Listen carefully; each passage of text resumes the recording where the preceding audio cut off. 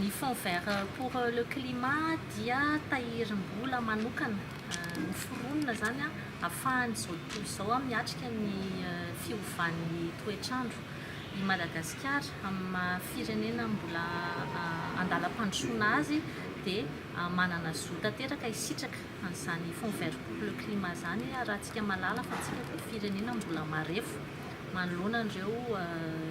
vokatry ny fiovan'ny toetrandro toy ny tondra-drano, ny rivo-doza, ny haintany. Isika koa nefa dia manana an'ilay atao hoe potentialité amin'ny fanalefahana ny fivoavan'ny toetrandro amin'ny fampiasana ireny angovo azo avoazina ireny toy ny masoandro, ny rivotra, ny rano ary koa mbola fananantsika ny ala ahafahana mitroka ny entina karbona. Mila miomana ny firenena ahafahany mandray ny ilay fanampiana avy any amin'ny fond vert pour le climat satria misy kipitsipitsiny ara-teknika maromaro tsy maintsy atao